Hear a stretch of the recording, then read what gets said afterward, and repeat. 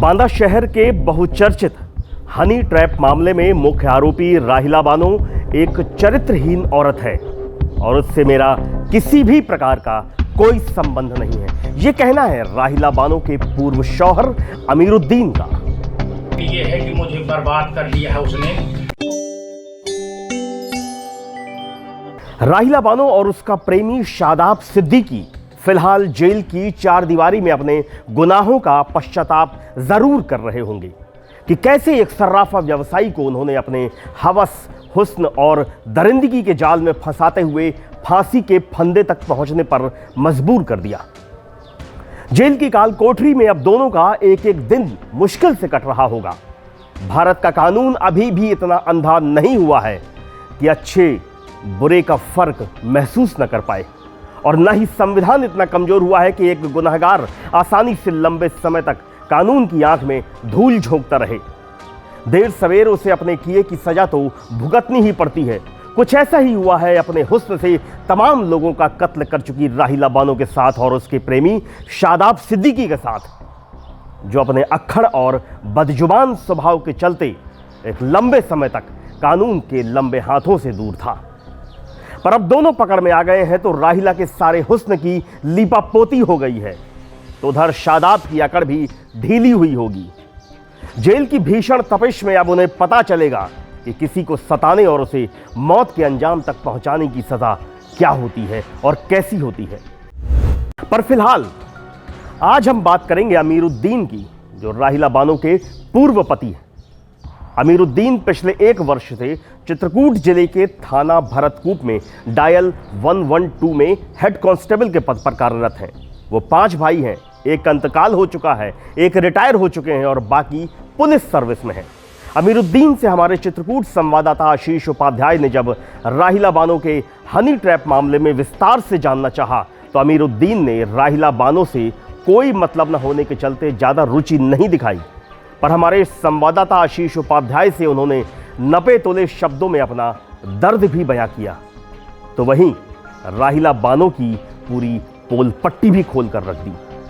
आइए सुनते हैं अमीरुद्दीन को। मैं चित्रकूट जिले में हेड कांस्टेबल के पद पर डायल 100 112 थाना भरतकूप जनपद चित्रकूट में कार्यरत हूँ लगभग 1 वर्ष से।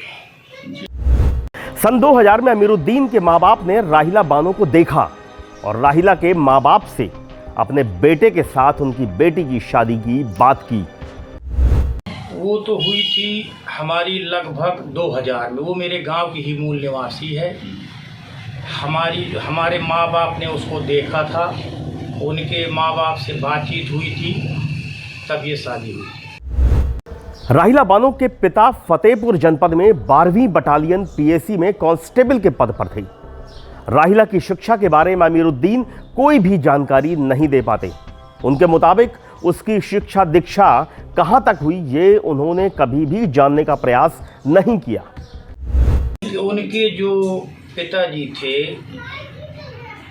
वो 12 बटालियन पीएसी के पद पर जनपद फतेहपुर में कार्यरत थे। उसके शिक्षा के बारे में मुझे कोई जानकारी नहीं। अमीरुद्दीन बताते हैं कि जब उन दोनों की शादी हुई तो शुरुआत के 4 साल तो सब अच्छा चला, पर उसके बाद वो अक्सर चोरी करने लगी थी और तमाम लोगों से फोन पर बातें करती थी। जिस पर अमीरुद्दीन उसे टोका टाकी की तो उसने राहिला के साथ उनका झगड़ा बढ़ता ही गया। कई बार दोनों परिवार के बड़े बुजुर्गों के बीच पंचायत भी हुई।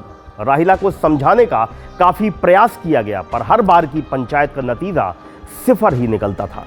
राहिला सुधरने का नाम ही नहीं लेती थी।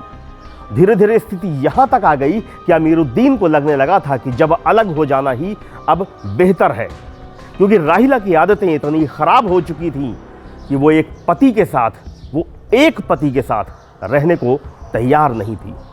बस यहीं से अलगाव की स्थिति उत्पन्न हो जाती है।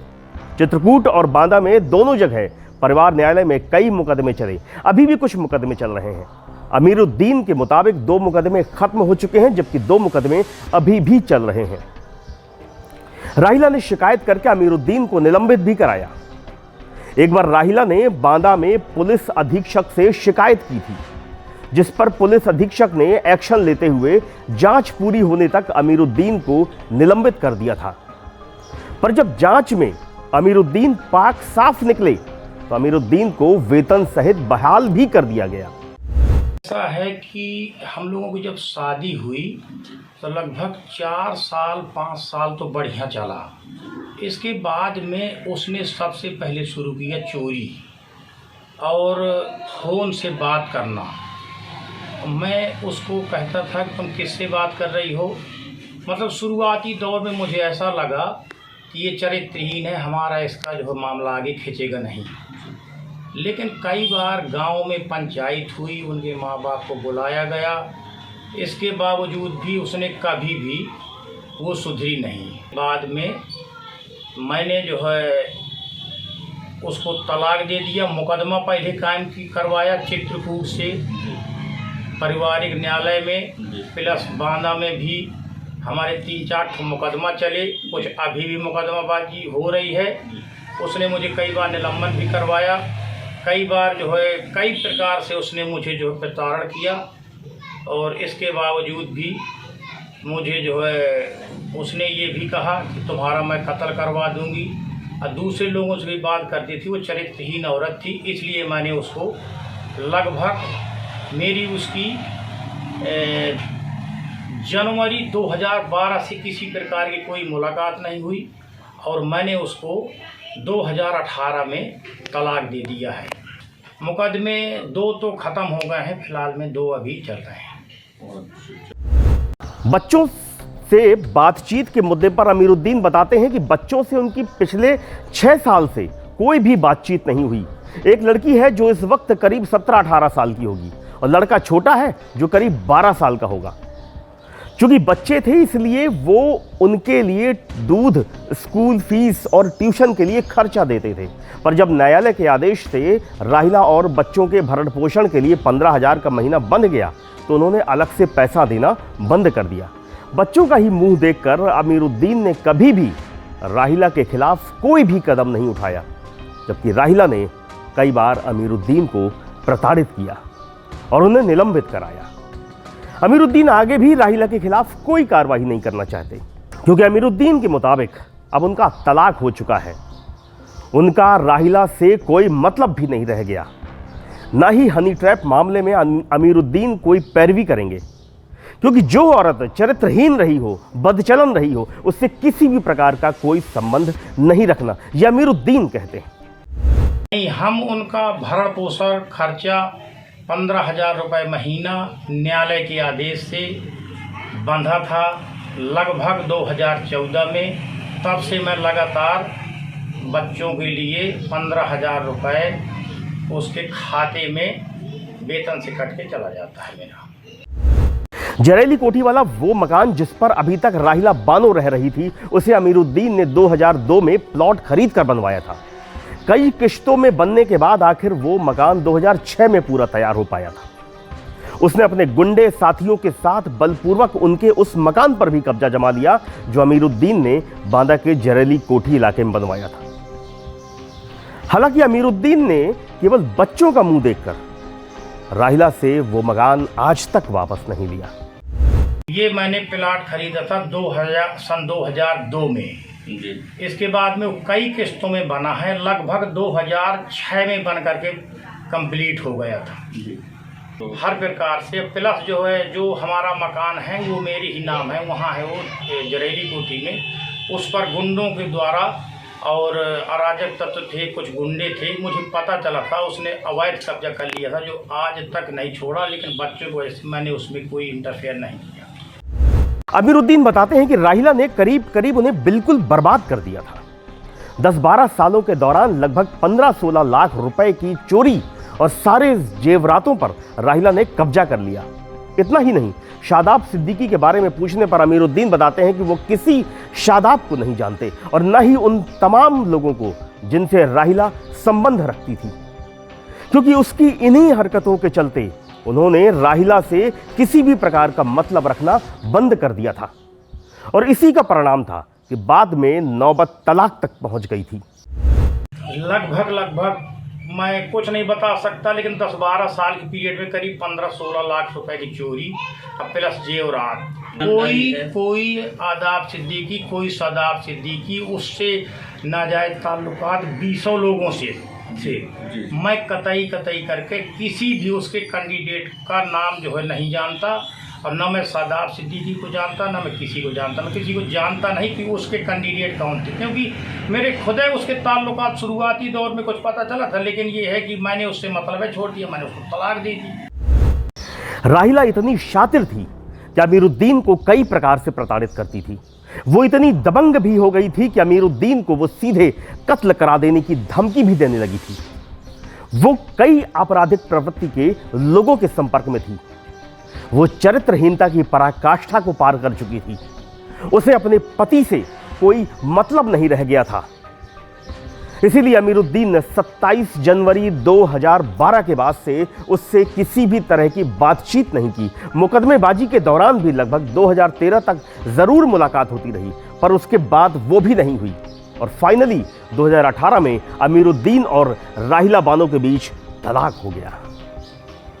इस बीच न्यायालय के आदेश से अमीरुद्दीन के वेतन से 15,000 रुपए राहिला और बच्चों के भरण पोषण के लिए कट जाता है। ये भरण पोषण की कटौती सन 2014 से अमीरुद्दीन के वेतन से हो रही है। हमारी किसी मुकदमा में एक दूसरे का चेहरा तारीखों में, पेशियों में जाते थे तो एक आध दो बार चेहरा जरूर देखा, बाकी हमारी उसकी मुलाकात लगभग 13 से नहीं हुई। सन 2013 से किसी प्रकार की मेरी कोई मुलाकात न बच्चों से न राहिला से नहीं हुई। बाद में मैंने जो है उसको तलाक दे दिया। मुकदमा पहले कायम करवाया चित्रकूट से पारिवारिक न्यायालय में, प्लस बांदा में भी हमारे 3-4 मुकदमा चले। कुछ अभी भी मुकदमाबाजी हो रही है।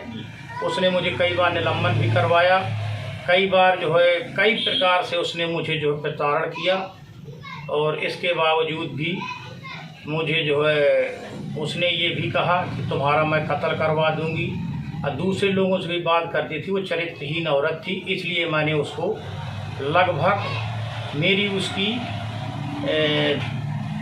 जनवरी 2012 से किसी प्रकार की कोई मुलाकात नहीं हुई, और मैंने उसको 2018 में तलाक दे दिया है। नहीं, हम उनका भरण पोषण खर्चा 15,000 रुपये महीना न्यायालय के आदेश से बंधा था लगभग 2014 में। तब से मैं लगातार बच्चों के लिए 15,000 रुपये उसके खाते में वेतन से कट के चला जाता है मेरा। आपने देखा कि कैसे अमीरुद्दीन ने अपनी पूर्व पत्नी राहिला बानो के बारे में वो सब खोल कर रख दिया जिसके बारे में बहुत कम लोग जानते थे। उन्हें तो हनी ट्रैप वाले मुद्दे के बारे में भी मीडिया से जानकारी हुई, बाकी उन्हें उससे कोई मतलब नहीं है और न ही वो रखना चाहते हैं। एक बदचलन पत्नी द्वारा पीड़ित व्यक्ति किस प्रकार अपनी इज्जत बचा पाया है, ये देखना है तो अमीरुद्दीन को देख लीजिए। बेहद दुखी हो चुके अमीरुद्दीन राहिला बानो से शादी करने के बाद बुरी तरह टूट चुके थे, पर तमाम झगड़े झांसे होने के बाद अब धीरे धीरे उनके जीवन की गाड़ी पटरी पर लौटने लगी है। धन्यवाद। हमारे चैनल को सब्सक्राइब करने के बाद घंटी जरूर दबाएं।